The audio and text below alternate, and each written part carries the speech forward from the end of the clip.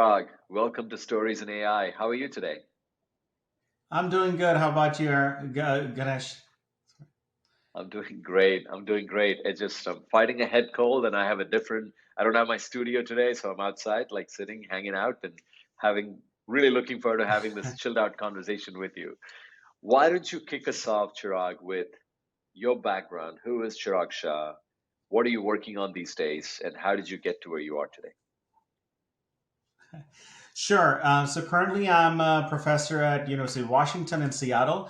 My background is in search and recommendation systems, and I worked on different applications of AI over the years, from natural language processing for language translation to neural networks for information organization and speech processing and so on. Um, but for the most part of my doctoral work, I've been focused on applications related to search and recommendation.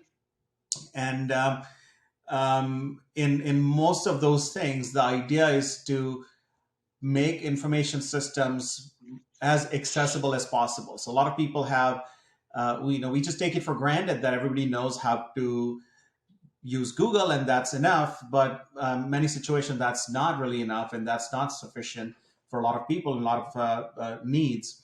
And so I've been looking at how do we make these systems more accessible, more friendly, more helpful, more intelligent.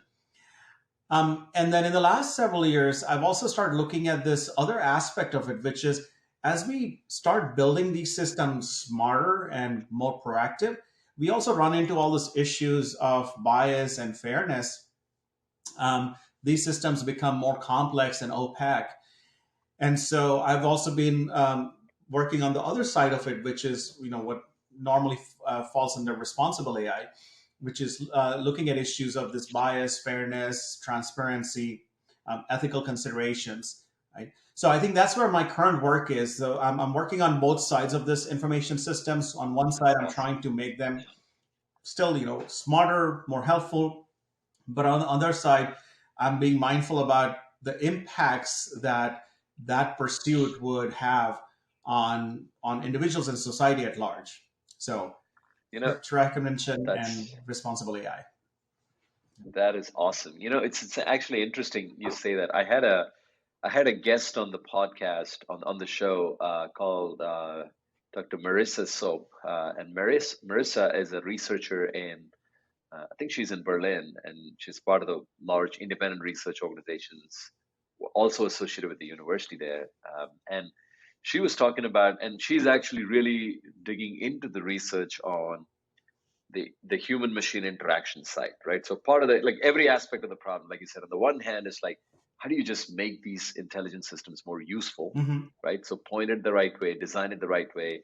And I used to always believe that, like, AI is not just the math, it's also the design, right? So it's like there's like the learning and the left brain aspect of actually being able to crunch numbers faster, but then you have to make it useful by solving the design aspect. And then the entire spectrum, it's very fascinating that your work, you do both on the sides of how do you make these systems useful, and then take it all the way down to the spectrum is saying it's useful, but it's going to begin to turn Skynet on you sometime soon. So how do you actually solve that, right? So Yeah, and I think so. There's a kind of a philosophical stance on it, and it goes all the way back to almost founding of computer science or the computational sciences, where there are these two branches early on.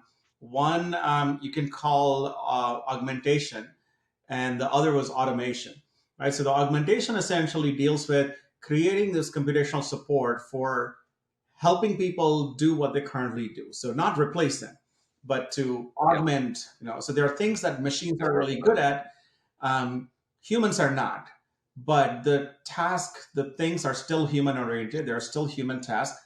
And so using machines to augment our ability. So that's one kind of branch.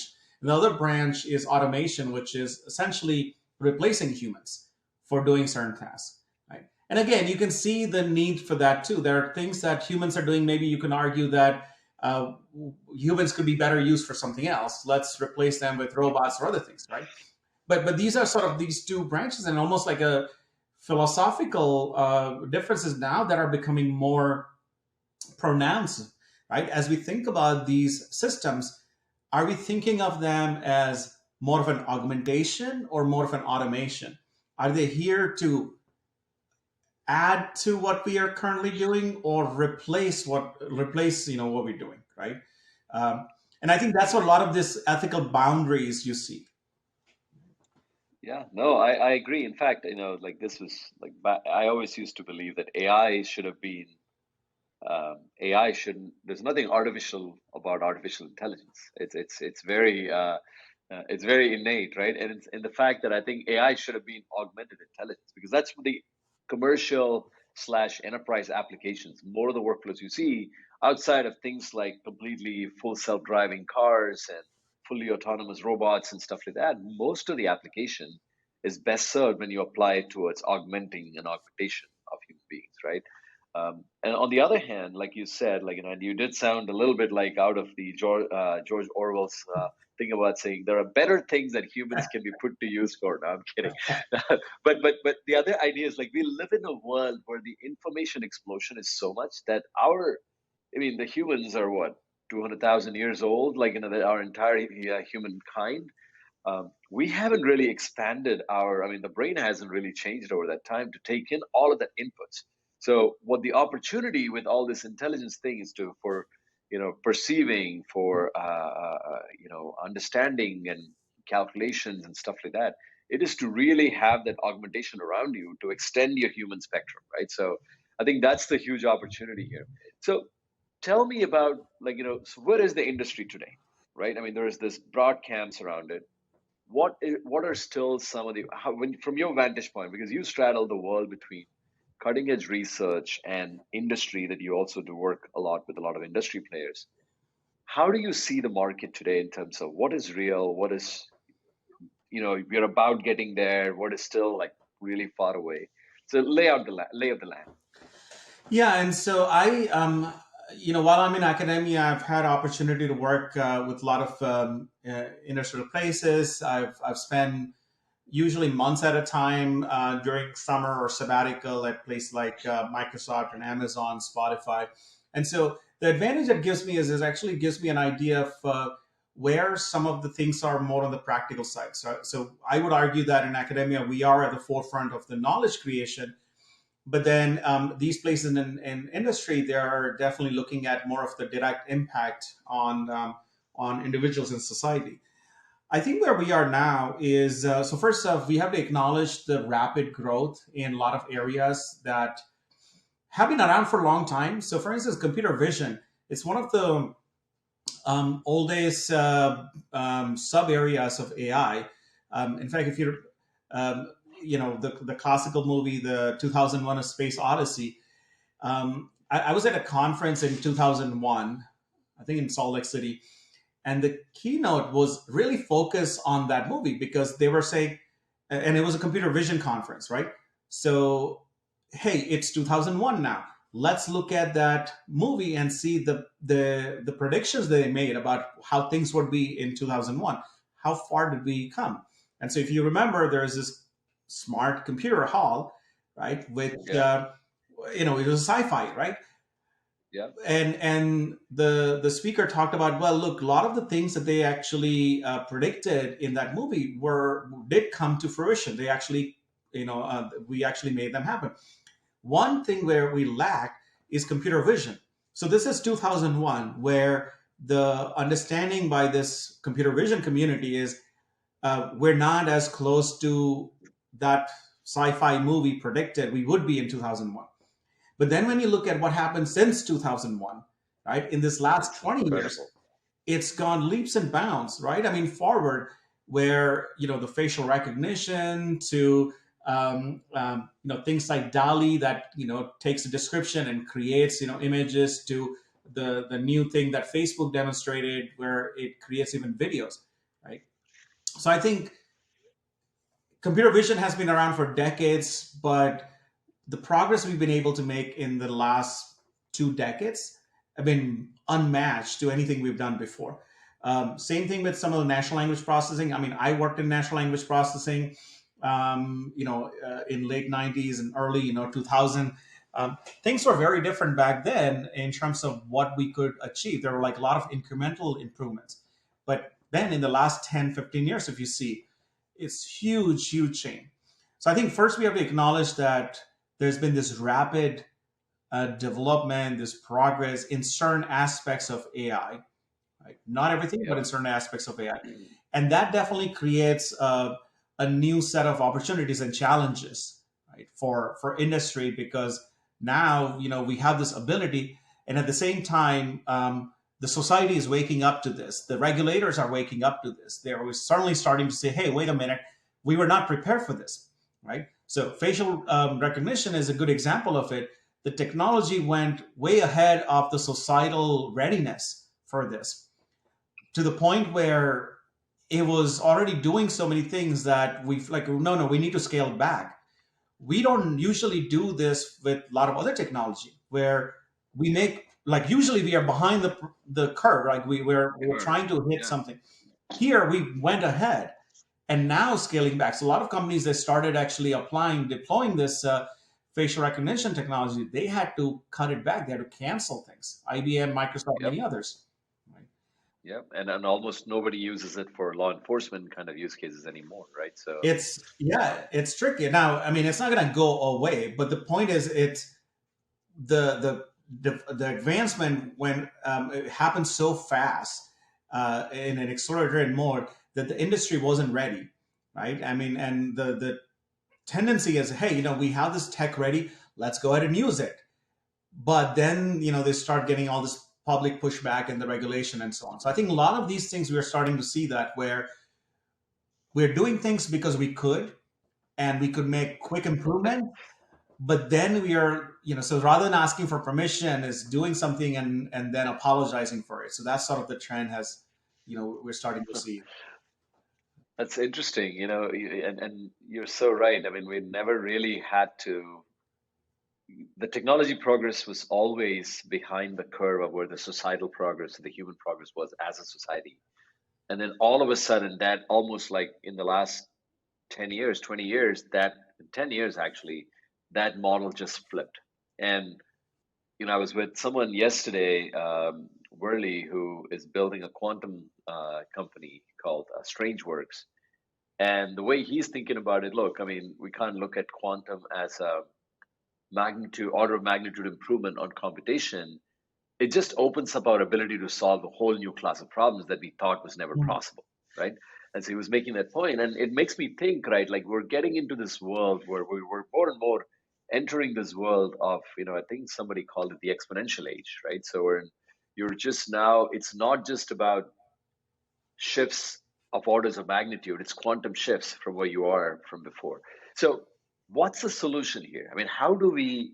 I mean, this whole example of like the facial recognition or ethical guidelines for it, governments waking up and writing, you know, the government is not probably the smartest people in the room in terms of technology. I mean, like, come on, Yeah. we've seen that over and over again, right? I mean, I, what's way to solve it? What's the way to solve it? Yeah, so this is a complex problem, and unfortunately, the solution is not simple. So often I talk about this in terms of like, how do we solve this in terms of what we did with curbing tobacco consumption, right? So if you look at the history, back in the 50s, um, tobacco was not only not considered to be, harmful, it was actually, many people thought it was actually healthy. It was good to smoke, Yeah, right? And it'll so relax you. Yeah. how do you go from there to where we are now? Well, we went through to that, but first off, there was this groundbreaking study. So you have to first do science, right? You have to show that there is actual harm. It's not enough to just hypothesize or just speculate. So there was a study that actually found the link between tobacco consumption or smoking and cancer. And then there was a larger scale study. So first, you have to do science. Then there was a lot of this public awareness campaign, right? So you start, telling people. Most people are not going to read the actual scientific paper, so you have to explain it to them in a way they would understand. Then you start having, then you have to explain it to the government, as you say, like they're not all the smartest people, but you make a pitch to them, and they're on board. They see the public harm to this. And all the time, you have to remember that you are fighting against big tobacco. It's not an easy task to do, right? Because they would argue that, hey, we're just giving people a choice. People want to smoke, we're giving them, you know, it's a win-win, right? So how do you change that cycle? How do you step in to say to the tobacco companies, don't sell it to kids? How do you tell the users that, hey, it's bad for you, stop buying it, right? It's not an easy Yeah. problem, but it has taken us decades, and it has involved science. It has required public reach. It has required regulations. We start putting labels on a pack of cigarette that it can kill you. You start taxing it so much that it becomes very expensive for somebody to buy tobacco products. You make it out of reach or hard to reach. You put a threshold, age limit. You make it socially unacceptable in most places to smoke. Right? So all of that has Yeah. taken decades of work to get us to this place from where it was in the 50s and 60s, where people thought, oh, tobacco is not only not bad, but it's actually good. Well, the only thing I would say is like we're still, despite all that, we still lose about 100,000 people to lung cancer caused by tobacco smoking every year in the United States, right? And so, thankfully, AI is not that big a mortal danger. Not yet. Um, Not yet. But I think will that approach really be enough in this age? Should we move faster? Should we actually? I mean, like, is there because I mean, there's always going to be. It's like we live in a capitalist democratic society. Everybody have their free choices and they have to make and stuff like that. And educating people that some things are bad for you and reducing their reliance on that or things has historically hasn't really worked. For humankind in general, right? I mean, we know that. Is there a different approach that is needed here?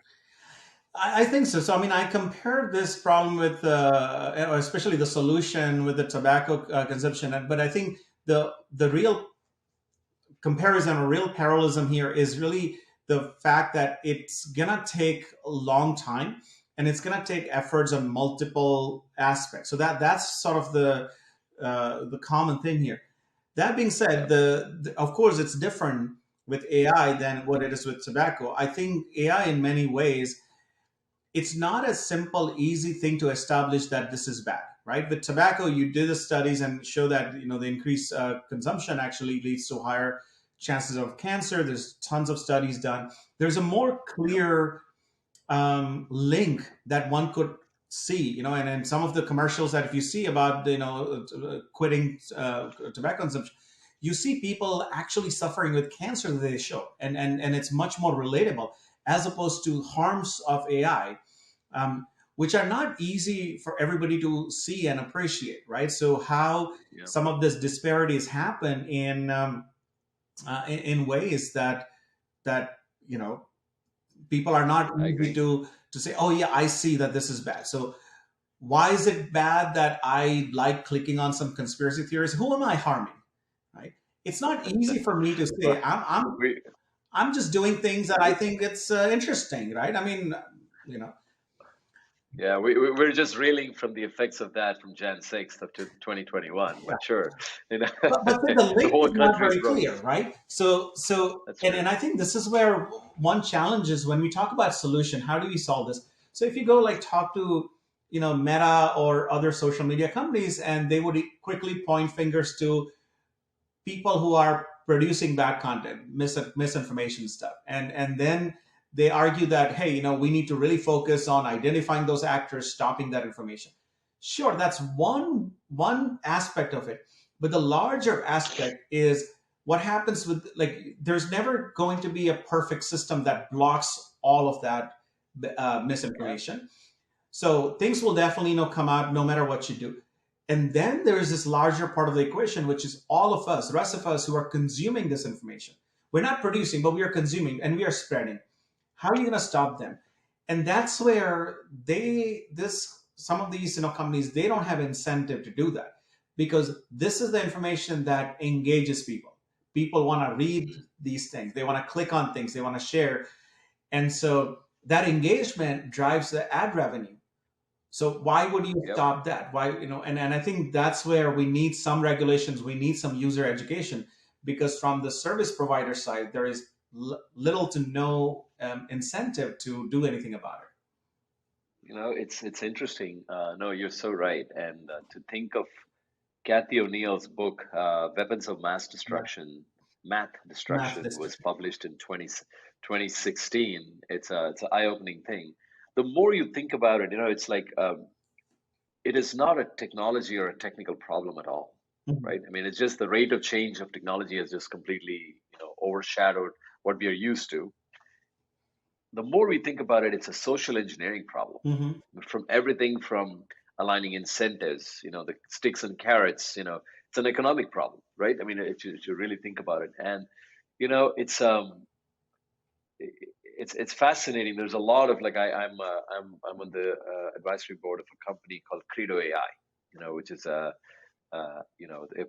building a responsible AI governance platform to help you just think through all the things that you would otherwise not think through, right? And then they're now expanding into understanding, what kind of regulations are coming down the pike, and so it becomes a compliance tool as well. Right?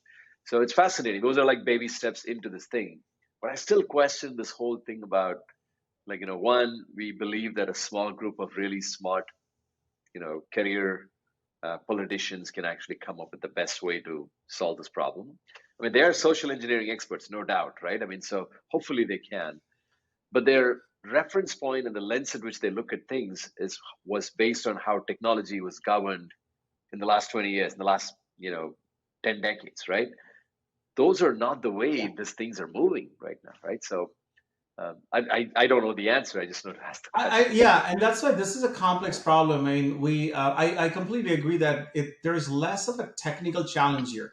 So there's so many technical challenges, and so some of my research work has been around, trying to identify where the bias, for instance, coming from, and if you find that bias, could you fix it? Could you reverse it?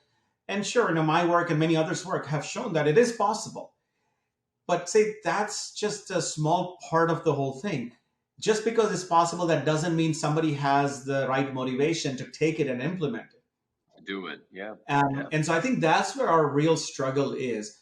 And so, and I think you have to understand, the way our capitalist society works, the way the free market model works, where a lot of these services that are quote unquote free, I mean, they're not really free, of course. They're very expensive services to run, and they're running on ads, right? And so you Yeah. have to think about, like, why would somebody pay to have their ads somewhere?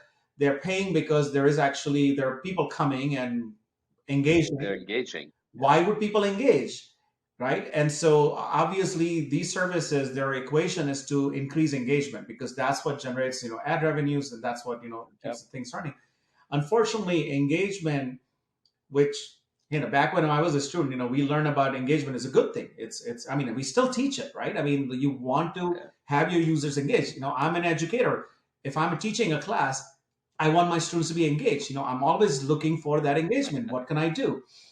But here we know that people don't engage with stuff just because it's good or quality or relevant, useful. They also engage, or actually, they are more likely to engage because it causes certain emotions like excitement, fear, hatred.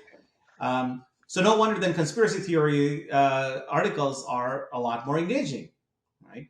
Or the things that already confirm my existing biases are more engaging. It activates your amygdala and then you get the dopamine dose, and all of a sudden you're like, oh, this is a lot more fun. You get into the doom scrolling, And rather than now Google right. can argue that, hey, we're just giving people what they want, right? It's not our fault. We're just here to serve. We're not creating this information. We're just, yeah. But I mean, this is the same thing a drug dealer will argue, right? It's like, I'm not It's creating. it circles back to the earlier comments you made. Humans are best used for certain things. We should optimize for that, right? I mean, don't let them think about these things. Anyway, so no, this is a really deep topic, and we'll need like hundreds of hours to just think through and debate through. But I'm so grateful that people like you, who was on the fringes of cutting edge academia and theoretical science, and also have the industry connections and exposure, are all thinking about it and working through it. I mean, that's what gives folks like me the hope that it's not going to be someone sitting in Washington D.C. And making a decision on this. There's a lot more thought being put behind it and stuff. So let me shift gears here, right? Like, so in this expanse of responsible AI, from how people are looking at it, doing it, and then, like, there's bias, there is the bias and fairness, two sides of the coin. There is the ability, there's robustness of AI, so you don't really have adversarial attacks on it, and there's all these different technical elements of it, right? Based on your experiences, like, who is doing, if you don't want to name anybody, but like, what are the best practices you've seen in ensuring AI is more ethical in nature or more responsibly deployed in nature? Doesn't you're minimizing the unintended consequences, right? Give me some examples or stories there. Yeah. So in general, a lot of places, what I've seen are at this point just starting with regulations, so things that they need to do to be in compliance. So those are the more common thing, right? Because that's sort of the required thing. Um, where I've seen interesting things is where your places, are doing things that are not currently under regulations or anything, but they start identifying issues. So I'll give you an example from Spotify. I worked there for a few months during my sabbatical a few years ago, and some of us were there who were like researchers. I was a visiting researcher. We're interested in this issue of fairness. In the context of Spotify, what we found, which is actually true for many, many other companies, is you're essentially a marketplace. So you have users. So in this Spotify's case, there are listeners, and then you have artists.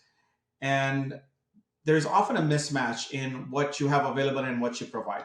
So typically, if you think about music, there are millions and millions of tracks. There are hundreds of thousands of artists. A user coming to a platform is usually going to see a handful of recommendations or things, albums or artists and things. Sure, they can search for it, they can browse it, but most users don't have that much time, patience to really go through your entire catalog and to sample things, right? So they're really Yep. relying on your recommendation. So what we found at Spotify is we have a very skewed and quote unquote unfair system because there are this 90% of the stuff that don't get recommended, don't actually get seen by most users. And because they're not being seen, the listeners don't know that they would even like this, right? Yeah. And so you have no data And about them, right?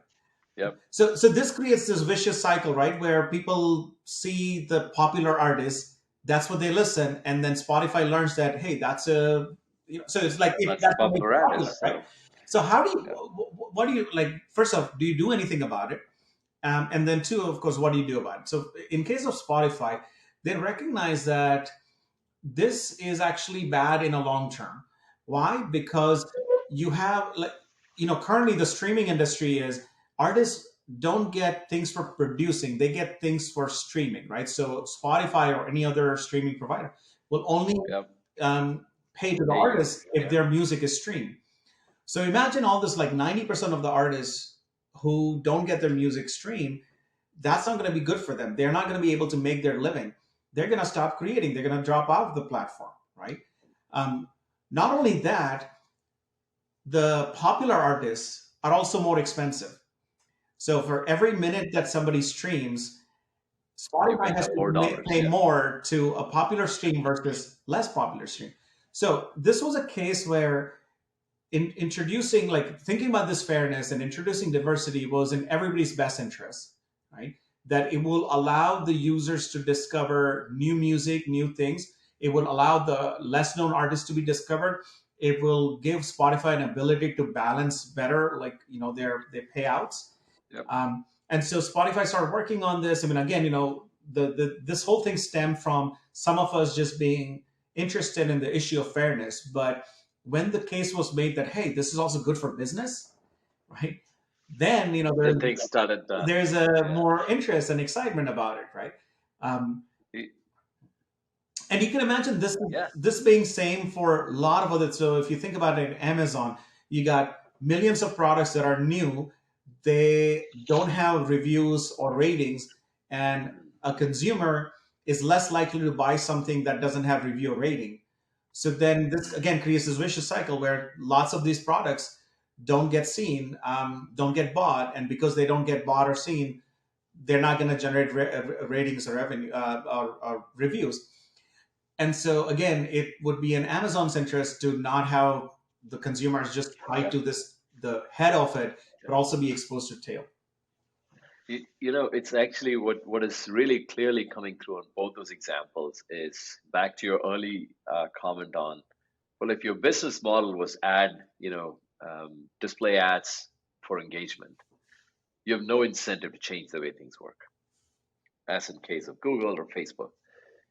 But if it's not good for business by having a small group of people drive more engagement, listenership, or whatever on the platform, with reviews or more business on the platform, and since your business model is being that arbitration marketplace, if you will, right, that you're actually helping people discover more products or more talent and artists and so forth, it only works when you have aligned your incentives for it, Mhm. not the other way around. Yeah. It's not just because we found a problem, and then I know you guys wanted to work on a problem, and then you later discovered it's actually good for business too.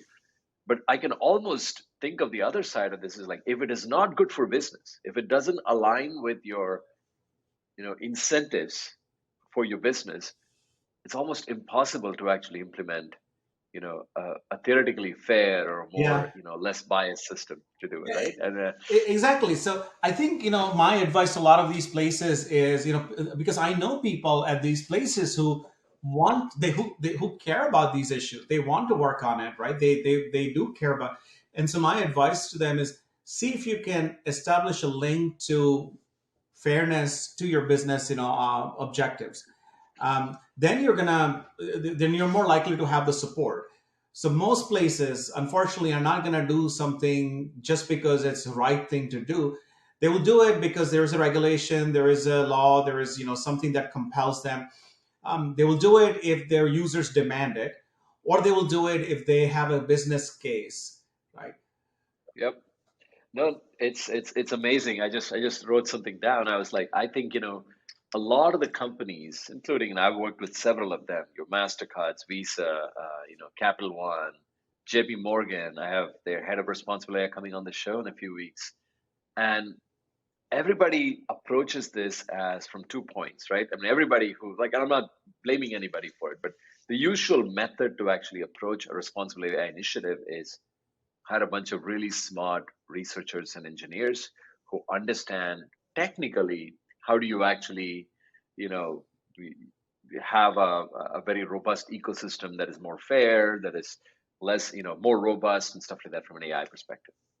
Whereas what you just established in these examples, what it really needed is you need to find a business analyst first or a strategist who would come in, look across the business, and then make a list of things that could really change the trajectory of the business if you do things a certain way, and then find the link towards saying, does that lead down back to an issue of fairness or robustness, or just explainability, for example, right? I mean, like, I'll give an example. Like 5 6 years ago, I was working with a large UK based bank on their wealth management. We were deploying AI to provide a 360 view of the customer and a lot of inferred, observed kind of characteristics to predict whether this particular high net worth individual is going to, like, just looking at emails, for example, and finding out that their kids are going to college next year. So, can you sell them a new product? Mhm. Or, they're having a 20% drawdown in their portfolio due to a black swan event. How do you reallocate automatically and stuff? And what we learned was actually very interesting, right? Which is, technically, those are all problems that you can solve, right? In fact, Microsoft was involved in that deployment too. The hardest thing is what you're taking away in their case was these high net worth individuals who are the wealth management clients. enjoy the interaction with their their portfolio managers and wealth managers who work with them on a day-to-day basis. They know everything about the person. They contextualize the actual data to what these guys want to hear and so forth. And what, even though the desire of the bank initially was like, how do you reach the mass affluent market by giving them a lower touch model but give them the same kind of service and stuff, we realized that we don't really solve the problem for them, because it's the same thing where what is good for business there was empowering that wealth manager Mhm. to have more contextual conversations, make that connection, maybe find out that, like, so when we turn this thing around saying this person loves to watch you know um, um, um, at the time it was like who Roger Federer on Wimbledon, let's say, for example, his tweet analysis say that, well, instead of actually giving them and selling and pushing products, a more intimate response will be buy them a Wimbledon ticket when Roger Federer is playing in semifinals, and have the wealth manager go and sit with them, have a 2 hour quality conversation, and watch the game together, Yeah. right? I mean, you're using same AI NLP to actually find these things, but you're approaching it in a slightly different way. And it was good for business, right? So it's I'm trying to draw that I connection think here. that's a great example. So I think this is what I'm trying to push for now with some of these ad revenue based companies, that it's not like they're against doing fair things or right things or good things, right? It's just like they keep saying, well, we're giving people what they want. And so, what if your users wanted something different, right? And so one way, because I'm an educator, so I also often think more from the education standpoint, like how do I educate and empower my users so they start changing their taste, they start changing their what they click on, what they watch, what they demand, and then the algorithms on the other side will start learning that hey, actually they do care about diversity, they do care about these other things. So maybe and then this could create a different kind of positive feedback loop than what we have. It's extremely difficult, I'll say that, Mm. but I also know that unless we have so other possibilities, we have some regulations, right? So Europe has been European Union has been more advancing in this area than the U.S. has. But that's one way to do that, where you compel this tech industry to start doing things from their side before you ask the users to change their behavior, because you have established that this is actually bad, and you kind of have to start making changes. So that's one way to do that. Or the other way, which is a slow change but happens over a long period of time, is what the users do. So I tell my students also, like, every time you click something, it's a vote, right? And so you're right. We are in a it's a democratized world, right? And when it comes to consuming all the Everything is a things, vote. you vote. You if you But for you to vote differently, you have to realize the implications of that click. If you think that, hey, I'm just clicking, who cares, right? That's where we lose people. That's where so I think that's where Fascinating. yeah, we are now where Yeah, no, yeah. no, fascinating. I think every click is a vote, and in a internet led global world, you're basically voting with your intentions and your actions every time, every day. And what you're doing in the other side is actually you're feeding algorithms to optimize for your votes and getting more votes in the process, right? So it's just such a beautiful concept, which is because it all comes down to, like, it's not the technology, it's not the pieces, it's not the how, it's not looking for bias in the data set that's being trained and stuff. It's about trying to find the right things to do. It all starts from there, right? Like you said, if you're when you're consulting or talking to these ad server based business model kind of companies, you're telling them, saying, look, what if you can actually find other things, adjacencies that your users are more excited about, that has a higher probability of going into a positive feedback loop and better for the society and so forth, right? Combine that with the the business analysis and how it's going to actually go and change the trajectory of the business. I mean, that's the business case for doing Yeah. ethical AI or responsible AI, right? So, Chirag, this is fascinating. Thank you for taking the time. And I know we went like so many different directions on this, but well, that's the fun part, right? Yeah, yeah, no, That's that's exactly. There's a lot to talk about here. There's a lot that's happening, and as you know, things are changing every day, right? So there's new stories breaking out, new kind of things we are witnessing every day. So we're in this so. whirlwind. Yeah, my last question to you: what are a few things that you're really excited about in AI? Right now.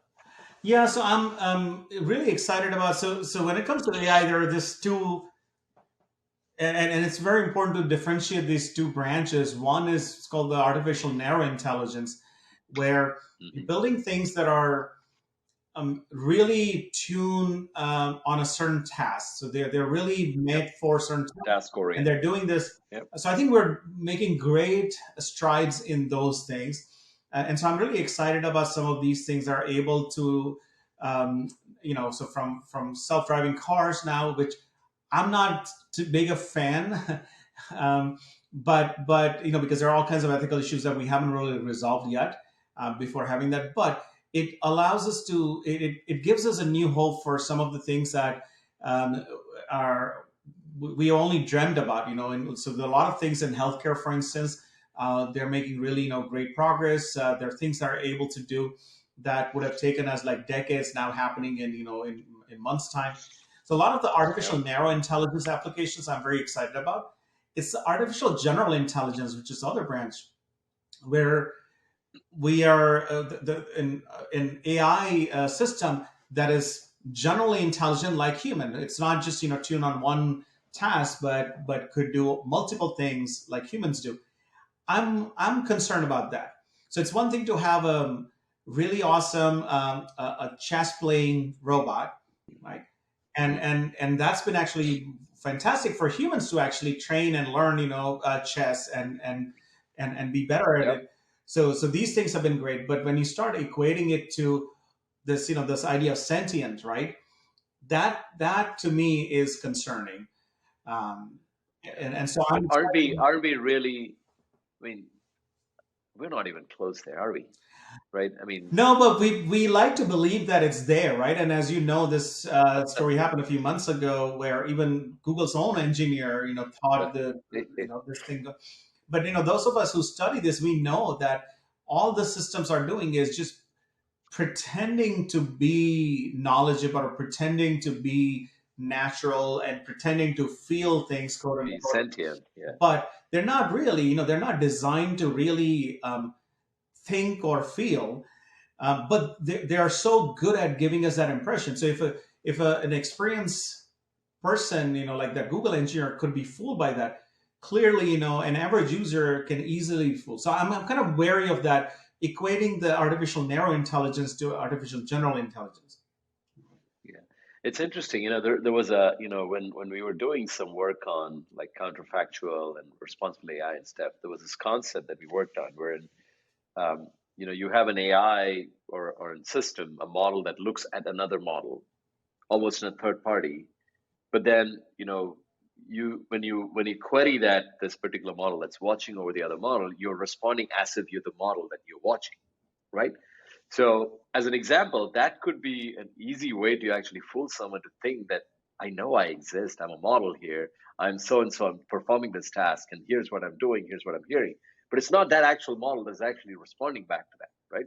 So you can design really smart system to fool people, Hmm. right? And even experienced people. And but I think the dangers of that is still a social engineering problem, not a technical problem Yeah, of Skynet taking yeah. over, right? So can people use that to fool others? Can people use that to cheat and cause harm and let people cause harm to themselves and that kind of stuff, right? So no, it's that's that whole space. I think there is going to be that the equivalent of the white hat cybersecurity guys that we have, like Yeah. just trying different things and trying to do it. We need that kind of a task force for AI as well, just to walk through all of these different permutation combinations of all the things that could go wrong, right? Because I mean, a lot of the Well, things are just purely experimental. that's a tall order, right? So just within the academic community here, we're recently having discussions about AI that can write papers, right? And then even submitting to journals and getting it accepted. So the question Yeah, is, and this is an ethical dilemma here, that first off, is that okay? And there are yeah, arguments on both sides, right? I mean, so most people say no, that's not okay, that's cheating, right? But some people on the other side say, well, look, we publish things that add to human knowledge, that increase human knowledge. If an AI agent can add to human knowledge, what's so wrong with that, right? sure, fair. And I think I take that argument. The only thing I would say is, like, in that case, look, the AI system is a non-sentient system, so it doesn't know what's good versus not. If it finds out that saying, look, I mean, purely probabilistically, it's saying, and it's a very probabilistic, non-deterministic world, right? So um, it'll say, like, every time these three things happens, the patient dies. Yeah. Let's say, for example, in a healthcare research. I mean, there'll be no causal model that's actually going into it. So it's still contextualizing that with the human expert to go in and say. I mean, because we're still the most intelligent being that we know, right? So at least from a generally intelligent being, right? So unless until that changes, I mean, you still have to revolve around that human brain and the human, construct to go to. I mean, that's my belief system. I'm also biased on that, right? No, no, So I agree uh, with you. So I didn't mention that there is a third branch of that AI. So I talked about artificial narrow intelligence, artificial general artificial intelligence, general, and there's artificial super intelligence. So this is where you get Skynet, right? Where yeah, you have a and system that gets even smarter than, so not only it's kind of mimicking what the humans can do in every aspect, but actually gets smarter than that. So I think that, and then of course we're nowhere close to that, right? But a lot of people worry that the trajectory we are on, where we are making, so yeah, it was one thing to have a chess playing robot, it's another thing to have a system that you trust to give you all this, so like a digital therapist, right? hmm, That's it. And yeah, and there are cases where a GPT-3 based model, you're having conversation and say, I'm thinking of killing myself. Do you think it's a good idea? And the model says, I think it's a good idea, right? And so we need to know that, like, we're not there yet to deploy a model doing a mental health, diagnosing mental health and actually providing kind of a prescription, a diagnosis, for these things. And then, that trajectory, if you continue down, then that super intelligence where we would rather trust an AI system than a mental health care professional, for doing this. yeah. So Yeah, no, I think I thought only Nick Bostrom believed in that, but it's a possibility. That's a spectrum, right? So, Chirag, this is fascinating. Thank you for exploring all of these different things here for the audience here, and thank you for getting on to stories in AI. Where can the listeners and viewers get in touch with you? How do they find you on the internet? yeah, so I'm at chiragsha.org. So that's my website, and you can find my email from there. Of course, I'm on LinkedIn and other places. I'm not hard to find. I'm not trying to hide. And anyone like you who's like having this passionate conversation about AI, always happy to chat and collaborate. So I'm very Yeah, excited we'll about a look lot of forward these to. things, and um, yeah, have I know a lot to learn. you're definitely an emerging thought leader in this space, and you're doing some amazing work. And we look forward to actually following your journey and your work as well in the process. So, thanks so much for taking the time, and have a good rest of the day. My pleasure, Ganesh. Thanks for your time too.